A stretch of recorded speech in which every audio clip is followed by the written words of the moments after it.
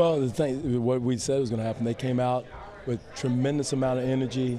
When you're at 5-0, teams are going to come out throwing it. With our start, we scored 15 points in the first quarter, and then we had to use so much energy in the third quarter to get back in the game that we kind of ran out of gas at the end. But again, it's our starts. We got to come out and play with force on the offensive end, and not only the start throughout the game. I thought they had us on our heels the entire time offensively, and it's a credit to their defense.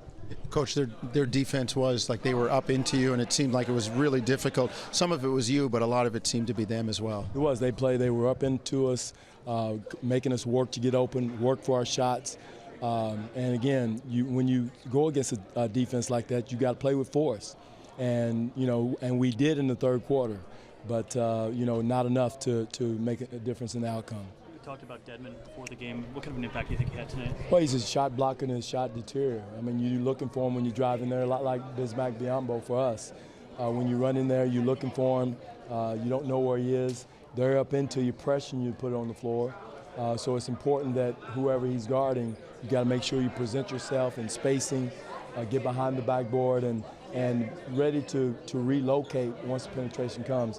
But again, their defense was solid, and we didn't take advantage of the opportunity they did give us. I thought down the stretch we had an opportunity to win. I think, I got to go back and look at the film. I thought DeMar had a layup under the basket, fumbled it, and still had another opportunity, enough time to get something good and solid. And we had a rush shot at the end. What happens in a situation? You ran the play. DeMar had a good look, as you said, fumbled.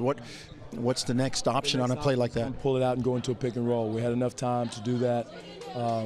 Again, JV took a tough shot going across the middle. If he makes it, we're happy. But again, I'd much rather pull it out, go to pick and roll. Kyle had it, and go into a pick and roll. But again, it's one game. We got to learn from it.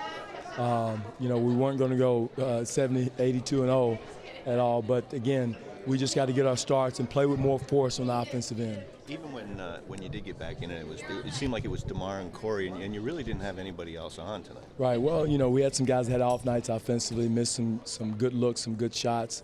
I don't know how many layups we missed. Again, those nights happen.